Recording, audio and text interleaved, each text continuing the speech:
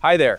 You're watching Yahweh's Messenger, Words by Pete. I'm your host, Jack Nelson. Today, we're going to talk about how the wilderness journey is just as relevant today as it was back in biblical history.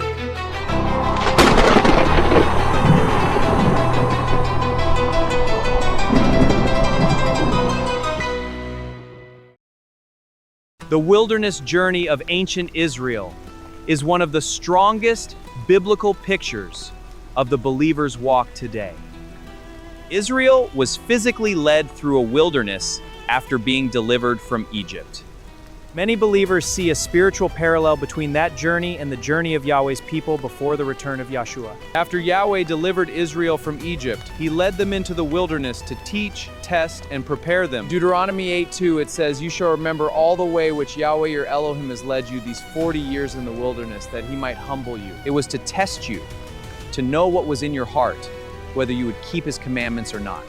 In Deuteronomy 8:3, it says, "He humbled you and allowed you to be hungry and fed you with manna." Deuteronomy 8:16, it says, "Who fed you in the wilderness with manna, which your fathers didn't know, that he might humble you and that he might test you to do you good in the end." Neither did your fathers know, that he might make you know that man does not live by bread only, but man lives by every word that proceeds out of Yahweh's mouth. We're in a period of testing, learning obedience, and developing faith. The wilderness was and is still a place of testing today. Deuteronomy 1:34-35 says, "Yahweh heard the voice of your words and said, Surely there shall not one of these men of this evil generation see that good land." Psalm 95:7-8 says this, "For he is our Elohim, we are the people of his pasture and the sheep in his care."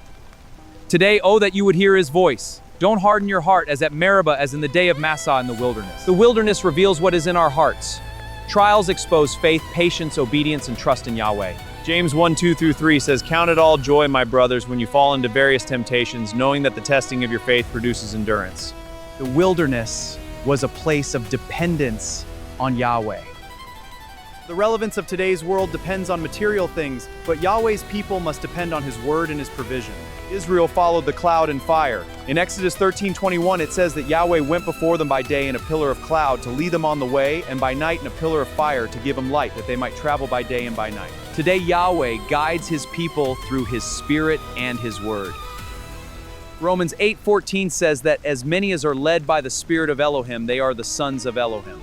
Many fell in the wilderness because of unbelief. One of the strongest warnings for believers today comes from Israel's wilderness experience. 1 Corinthians 10:6 says, "Now these things were our examples." 1 Corinthians 10:9 says, "Neither let us tempt Messiah, as some of them also tempted and were destroyed of serpents."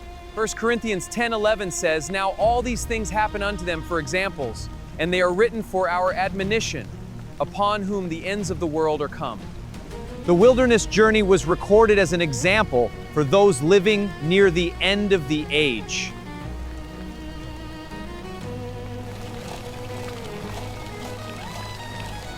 Yahshua himself experienced the wilderness.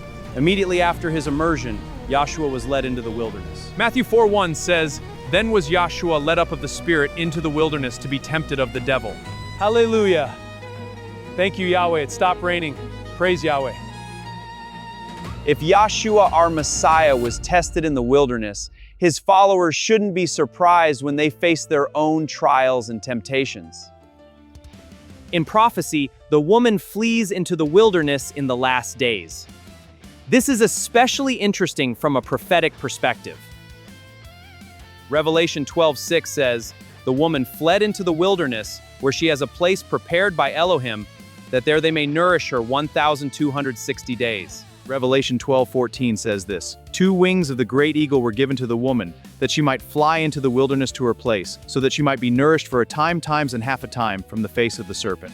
Many believers see this as a future protection of Yahweh's faithful people during the Great Tribulation, paralleling Israel's wilderness protection after leaving Egypt. Hosea connects the wilderness with restoration. Hosea 2:14 says, "Therefore, behold, I will allure her and bring her into the wilderness and speak comfortably unto her." The wilderness is not only a place of testing, it's also a place where Yahweh draws his people closer to himself. Hebrews directly applies the wilderness journey to believers. The book of Hebrews repeatedly compares believers to Israel journeying toward the promised land. Hebrews 3:12 says, "Take heed, brethren, lest there be in any of you an evil heart of unbelief, Hebrews 4:1 says, "Let us therefore fear, lest, a promise being left us of entering into his rest, any of you should seem to come short of it." Speaking of rest, I probably should get up and start moving. The lesson is clear. Deliverance alone is not enough. Israel left Egypt, but many never entered the promised land because of unbelief and disobedience. Consider these similarities. Ancient Israel was the same as the believers today. Delivered from Egypt, today delivered from sin. They passed through the Red Sea, today through baptism and immersion into Yeshua's name, and our belief in him. They entered the wilderness, living in a fallen world, awaiting the kingdom. They were fed by manna, today we're fed by Yahweh's word. They were guided by cloud and fire, today we're guided by the Spirit. They were tested and refined, today we're tested through trials and tribulations. Then they approached and entered the promised land.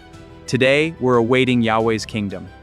Some then, and still today, fall through unbelief with warnings to remain faithful, protected in the wilderness, prophetic protection in Revelation 12. The key verse summarizing this lesson is this in 1 Corinthians 10:11. Now all these things happened unto them for examples, and they are written for our admonition, upon whom the ends of the world are come. Paul teaches that Israel's wilderness journey was not merely history. It was a prophetic lesson for believers living in the latter days. Just as Yahweh led Israel through the wilderness toward the promised land, he's leading his people today through a spiritual wilderness toward his new kingdom on earth, New Jerusalem. The challenge is the same. Trust Yahweh, obey his voice, endure faithfully, and don't allow unbelief to keep you from entering the promises he has prepared for you. Thanks for watching Yahweh's Messenger, Words by Pete. I pray that you can get a blessing out of this message. Yahweh bless you all. Shalom.